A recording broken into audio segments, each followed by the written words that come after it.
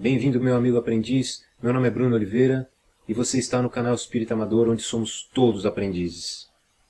Nós vivemos no Brasil num momento, que parece que está tudo de ponta cabeça, tudo está errado. Parece que a gente não sabe mais o que está acontecendo. Um momento de incerteza, um momento de preocupação, mas um momento em que se acirram ânimos político-partidários, ideológicos, muita gente grita, pouca gente ouve, e muitos menos ainda pensam no que estão fazendo, em tudo que está acontecendo. E mesmo essas pessoas que tentam parar e pensar e analisar, hoje em dia já não tem mais o que dizer, porque muitas vezes as pessoas que a gente confia e que a gente acha que têm uma boa índole, que estão fazendo um bom serviço, acabam nos decepcionando e fazendo coisas que não deviam. Mas isso de forma geral, em todos os partidos, ideologias, etc. Parece que está tudo de ponta cabeça nesse nosso país, não é verdade? Tem muita gente torcendo por X, tem muita gente torcendo por Y, tem muita gente querendo ver X e Y na cadeia, e cada um só defende o seu lado, não quer saber do outro, chega e tá essa bagunça geral, todo mundo em disputa, parece que é torcida de futebol, virou uma baguncinha. O país inteiro está mergulhado em um egoísmo tão forte, tão devastador, que as pessoas só pensam em si, não querem mais saber do bem do coletivo. Elas pensam nos bens para si e os outros os outros são os outros, o problema deles. Pensam somente em si. Como é que eu vou conseguir um benefício para mim?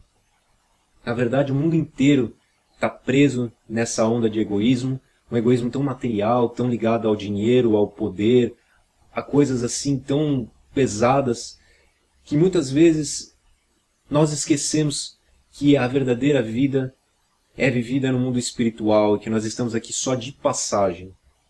Nós temos visto um mundo onde as pessoas que são os espertos da história, ou que fazem coisas por baixo dos panos, aqueles que pulam o muro, aqueles que desrespeitam as regras sociais, que fazem o que não deviam, são os que estão mais em alta, aqueles que tiram dos que precisam para acumular mais, mais e mais e mais. E com isso nós nos questionamos todos os dias. Por que fazer o certo? Se o que é errado, que está todo mundo fazendo, parece o normal, já está todo mundo acostumado, já é normal. Uma amiga muito querida, professora, fantástica palestrante, que eu vou trazer qualquer hora para conversar aqui com a gente no nosso canal, costuma dizer nas suas palestras que a palavra normal é perigosíssima.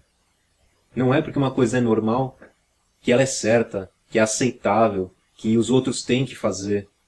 Não é porque é normal hoje em dia fazer isso ou desviar aquilo, que a gente tem que se mirar nisso como exemplo. Hoje quem procura fazer o certo é encarado como bobo, como tolo, como otário. Mas será que é assim mesmo? Será que a gente tem que deixar de fazer o que é certo? Será que os espertos é que estão com a razão? Ou será que ainda é bom ser bom? E para piorar, aqui no Brasil nós temos uma péssima expressão que parece que dá direito de todo brasileiro fazer as coisas erradas, fazer mal feito, fazer pela metade, que é o famoso jeitinho brasileiro. Esse ditado vem ensinando que para tudo se dá um jeito, mesmo que seja um jeito escuso, mesmo que seja um jeito fora da lei, mesmo que seja um drible passando na frente de alguém, colocando alguém para trás. Sempre se dá um jeito, a gente consegue resolver tudo aqui no Brasil, E assim a gente vai deixando todas as coisas para a última hora, porque a gente sabe que vai dar um jeito, então deixa para a última hora e em cima do laço dá um jeitinho, passa alguém para trás, fura uma fila, organiza com alguém e consegue resolver o problema. O filósofo, professor, educador Mário Sérgio Cortella disse uma vez em um programa da Globo, no Como Será, da Rede Globo, que o jeitinho brasileiro, se entendido como flexibilidade no dia a dia, é positivo.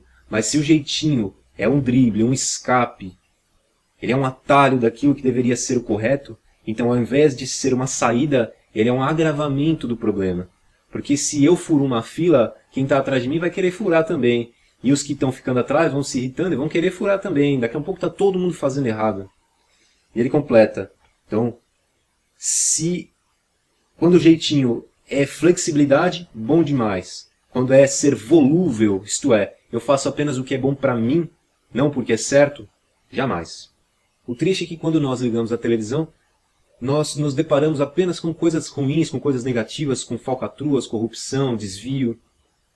Assim a gente tem a impressão de que o mundo só piora. Por que será que nós temos essa impressão? Primeiro porque os veículos de comunicação são movidos à audiência. E infelizmente, no nosso país, o que dá audiência são notícias ruins. São catástrofes, são notícias negativas, pessoas que morrem. Então, os veículos de comunicação não primam mais pela qualidade ou pelo bom conteúdo. Primam por mostrar o que o povo quer ver e ter audiência. Mas assim também nós temos a impressão de que o mundo só piora, de que está cada vez pior, de que todas as pessoas são corruptas e que ninguém mais presta. A gente entra numa onda de desconfiança geral que também acaba atrapalhando. Mas será que é assim que está acontecendo mesmo? Será que o mundo só está piorando? Ou será que existem coisas boas acontecendo e nós aqui não conseguimos enxergá-las? Será que elas não dão ibope, né? Não dão audiência suficiente para serem mostradas? Será que ainda é bom fazer o bem? Será que ainda é bom ser caridoso? Será que ainda é bom ajudar o próximo? Será que ainda é bom seguir os exemplos de Jesus? Nesse momento a gente para e ouve muito forte as palavras ética e moral. Né? Todo mundo fala sobre ética, todo mundo fala sobre moral, mas será que nós sabemos o que elas significam? Será que todos têm essa noção do que é ética e do que é moral?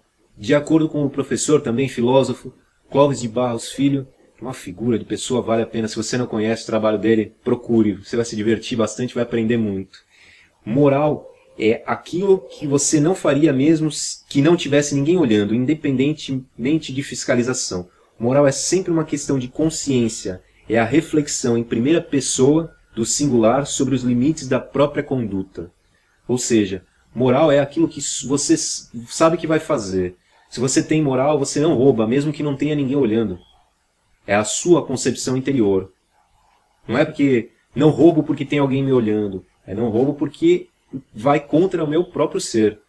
Ele completa: os limites que você impõe a si mesmo, sempre na intimidade da consciência, na primeira pessoa do singular, aparecem de maneira mais relevante toda vez que você se impede de obter vantagem, um ganho, um prazer. Porque para alcançar esse resultado, esse ganho, esse prazer, você teria que agir de uma maneira com a qual não concorda.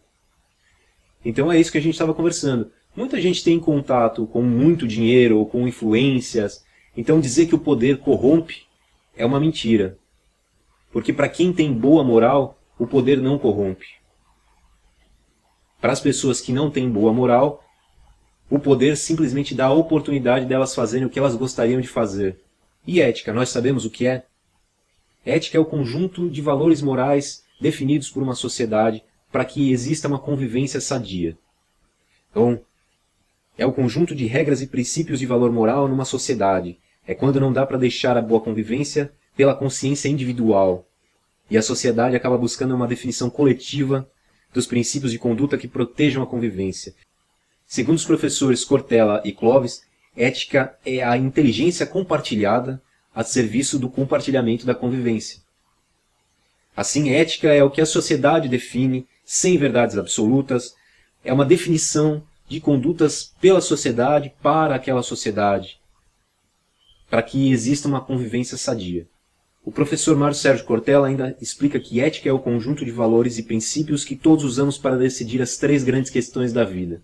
Eu quero, eu devo e eu posso.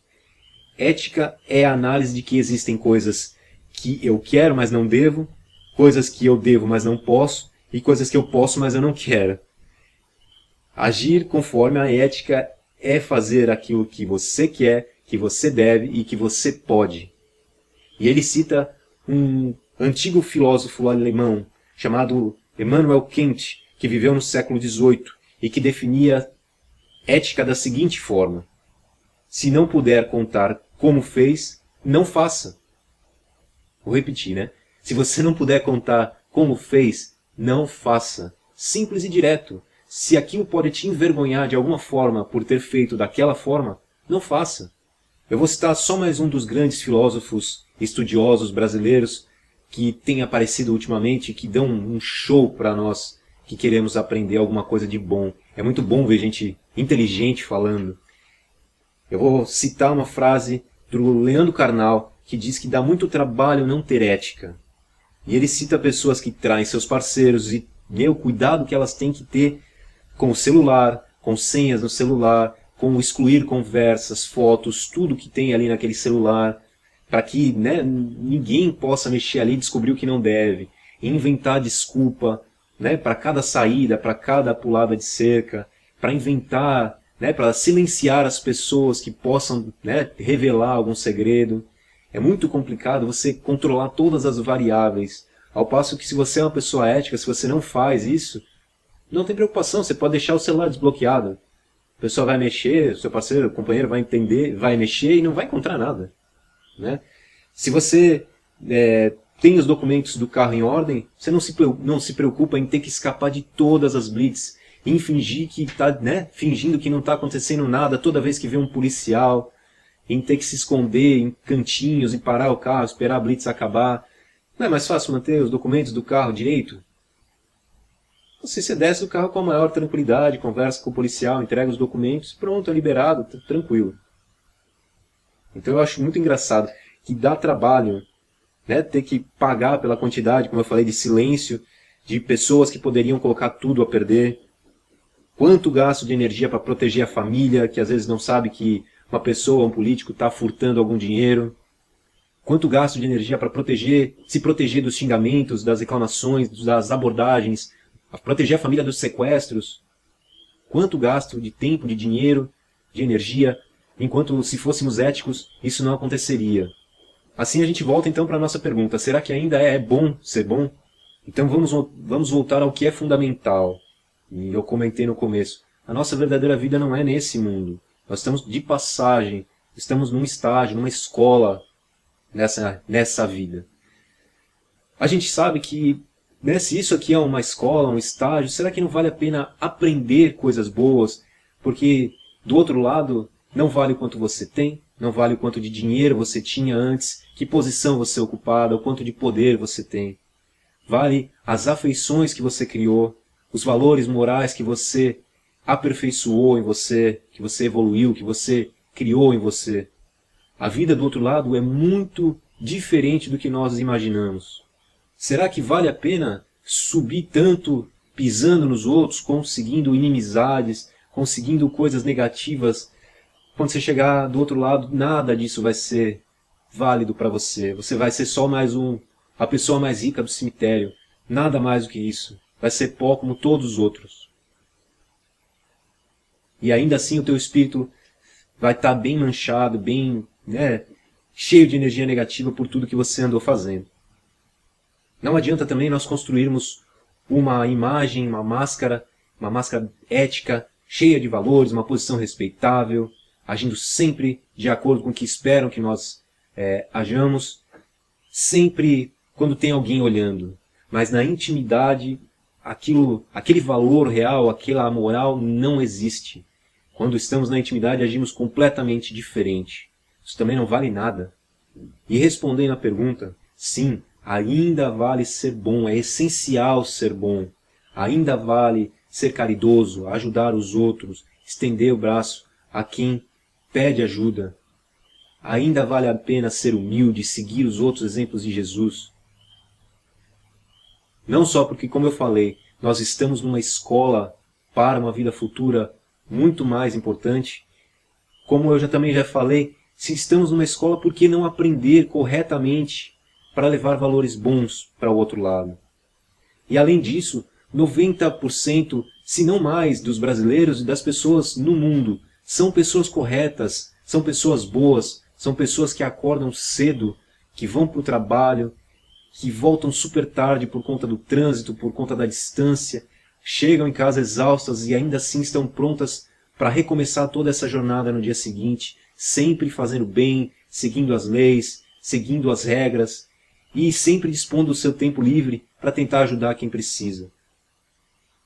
Esses 10%, se não menos, acabam estragando toda uma imagem de um povo, toda uma visão de mundo, porque hoje em dia, se a gente parar para olhar, o mundo é sim muito melhor do que na Idade Média, do que, né, em outras eras do mundo, em que mortes aconteciam sem motivo algum, guerras, sangrentas, devastação de povos. Hoje em dia, por mais que não tenhamos essa impressão, as coisas já melhoraram muito, então estamos buscando cada vez melhorar mais.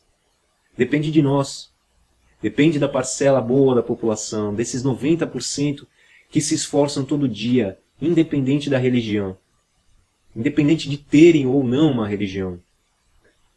Então não acredite nos 10% que aparecem nos jornais. Acredite na convivência com as pessoas. Acredite em fazer o bem, em continuar seguindo a sua jornada.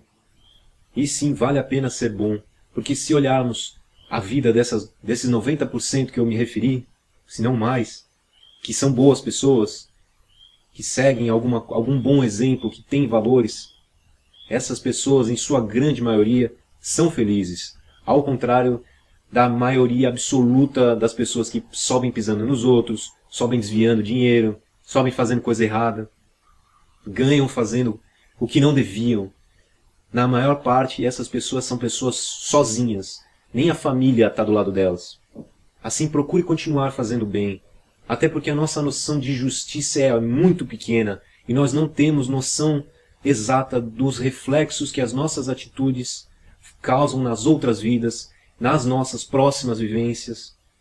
A gente não sabe, a gente não tem uma visão global, né, de todas as vidas que tivemos, da influência que nós causamos nas vidas dos outros e nas consequências frente à lei de causa e efeito que nós estamos gerando para as nossas vivências futuras. Não esqueçam, a verdadeira vida é a vida no mundo espiritual, não aqui na nossa escola terrestre. Continue fazendo bem e acreditando na justiça, nem que seja na justiça divina, porque aqui na Terra a gente sabe que essa justiça não é tão cega assim, né? A gente sabe que ela tem um olho um pouco mais carinhoso com as pessoas de dinheiro. Mas eu tenho certeza que Deus, na sua infinita grandeza e bondade e justiça, sabe o que está fazendo, está observando cada uma das atitudes e cada um vai receber conforme as suas obras. Então continue fazendo bem. Para encerrar o nosso vídeo, como eu tenho sempre feito, eu vou ler para vocês uma mensagem. Na verdade, é uma passagem do Evangelho segundo o Espiritismo, em seu capítulo 17. Aqui é a minha página 203, mas como a gente sabe que isso varia, é o capítulo 17, o item 3, o homem de bem. Vou ler para vocês. O verdadeiro homem de bem é aquele que pratica a lei de justiça, do amor e da caridade em toda a sua pureza. Questiona sua consciência sobre seus próprios atos. Pergunta a si mesmo se não violou essa lei, se não fez o mal, se fez todo o bem que podia, se de propósito não deixou escapar uma ocasião de ser útil, se ninguém tem queixa dele, enfim, se fez aos outros tudo o que gostaria que os outros lhe fizessem. O homem de bem tem fé em Deus, na sua bondade, na sua justiça e na sua sabedoria divina. Sabe que nada acontece sem a sua permissão e em todas as ocasiões se submete à sua vontade. Tem fé no futuro, razão pela qual coloca os bens espirituais acima dos bens materiais. Sabe que todas as dificuldades da vida, todas as dores, todas as decepções, são provas ou expiações e as aceita sem se queixar. O homem bondoso que possui o sentimento de caridade e de amor ao próximo faz o bem pelo bem sem esperar recompensa, retribui o mal com o bem, defende o fraco contra o forte e sacrifica sempre seus interesses pela justiça. Encontra satisfação nos benefícios que distribui, nos serviços que presta, nas alegrias que proporciona ao próximo, nas lágrimas que seca, nas consolações que leva aos aflitos. Pensa primeiro nos outros antes de pensar em si. Procura os interesses alheios antes de procurar os seus. O egoísta, ao contrário, calcula os ganhos e as perdas de cada ação generosa. O homem de bem é bom, humano e benevolente para com todos. Não faz distinção de raças ou crenças, pois vê todos os homens como irmãos seus. Respeita nos outros todas as convicções sinceras e não amaldiçoa quem não pensa como ele. O homem de bem, em todos os momentos, tem como guia a caridade. Sabe que todo aquele que prejudica aos outros com palavras maldosas, que fere com seu orgulho e seu desprezo os sentimentos de alguém, que não se importa em causar um sofrimento quando esse poderia ser evitado, e que não possui amor pelo próximo, não merecerá o perdão do Senhor até que se arrependa do fundo do coração. Não tem ódio, nem rancor, nem desejos de vingança. A exemplo de Jesus, perdoa e esquece as ofensas, e apenas se lembra dos benefícios, pois sabe que será perdoado assim como perdoou. É tolerante para com as fraquezas alheias, porque sabe que ele mesmo tem necessidade de tolerância e recorda as palavras do Cristo: aquele que estiver sem pecado, atire a primeira pedra. Não se satisfaz em procurar os defeitos dos outros, nem colocá-los em evidência. Se a necessidade o obriga a fazer isso, procura sempre o bem que possa atenuar o mal. Estuda suas próprias imperfeições e trabalha sem cessar para combatê-las. Emprega todos os seus esforços para poder dizer no dia seguinte que existe nele algo de melhor do que no dia anterior. Procura não exaltar seus conhecimentos em detrimento dos outros. Ao contrário, aproveita todas as ocasiões para ressaltar as qualidades alheias. O homem de bem não se envaidece de sua riqueza nem de suas vantagens pessoais, pois sabe que tudo que lhe foi dado pode ser retirado. Usa, mas não abusa dos bens que lhe são concedidos, porque sabe que se trata de um depósito do qual terá que prestar contas. Sabe também que se empregar esses bens na satisfação de suas paixões, o maior prejudicado será ele mesmo. Se nas relações sociais alguns homens estão sob o seu comando, trata-os com bondade e benevolência, pois são seus semelhantes perante Deus. Usa sua autoridade para erguer-lhes o moral e não para esmagá-los com seu orgulho. Evita tudo o que poderia tornar mais difícil a posição subalterna em que estão. O subordinado, por sua vez, compreende os deveres da posição e ocupa e se empenhar para cumpri-los da melhor maneira possível. Finalmente, o homem de bem respeita todos os direitos que as leis da natureza, asseguram aos seus semelhantes, como deseja que os seus sejam respeitados. Essa não é a relação completa de todas as qualidades que distinguem o homem de bem, mas aquele que se esforçar para possuí-las estará no caminho que conduz às demais virtudes. Sabe, a primeira vez que eu li esse trecho, eu pensei comigo, puxa, estou longe então de conseguir. Mas, pensando melhor e ouvindo comentários de outras pessoas sobre este trecho, a gente para pensar que todos nós que tentamos ao menos fazer as coisas que aqui estão, somos homens de bem. Nós não somos perfeitos, estamos em construção, estamos no caminho de nos aperfeiçoarmos mais e mais. Mas esse trecho que eu li para vocês, é o receituário do que seria ser um homem de bem, um homem que vai além, um homem que, com o seu caráter, com as suas virtudes, consegue evoluir sempre e consegue ajudar o seu próximo a evoluir também. Então, sigamos esse trecho que eu li para vocês como um receituário, não como uma lista de virtudes que definem se você é ou não um homem de bem. Se você tem algumas e outras precisa melhorar, ótimo, você já sabe por onde caminhar, o que fazer. E é isso, pessoal. Eu espero muito que vocês tenham gostado, espero que todos nós possamos mandar energias positivas para o nosso país. Estamos num momento realmente de virada, de muita coisa errada, muita maluquice acontecendo, mas os espíritos de luz precisam da nossa energia, da nossa boa energia, dos nossos bons pensamentos, e não de energias negativas, de briga, de revolta. Então vamos rezar, vamos mandar boas energias para o nosso país. Vamos agir, sim. Vamos colocar a nossa opinião? Sim, de forma organizada, de forma educada, de forma respeitosa. E é isso, pessoal. Se você gostou do nosso vídeo, deixe o seu curtir, deixe o polegarzinho para cima, o like, você vai estar ajudando muito a gente na continuação do canal. Se você vem gostando dos nossos conteúdos, se inscreve no canal, deixe essa lembrança para a gente, esse estímulo para a gente continuar fazendo mais e mais, levando a doutrina espírita cada vez mais longe. E se você gostou do nosso vídeo, compartilha com as outras pessoas. Quem sabe elas também possam gostar do vídeo, possam se inscrever, possam fazer parte dessa corrente de boas mensagens. Quem sabe elas encontram a doutrina espírita. Na doutrina espírita, uma doutrina do bem, uma doutrina que quer o bem, que procura levar o bem aos outros. Se você está aí, muito obrigado. Um grande abraço para você, muita luz e até o próximo vídeo.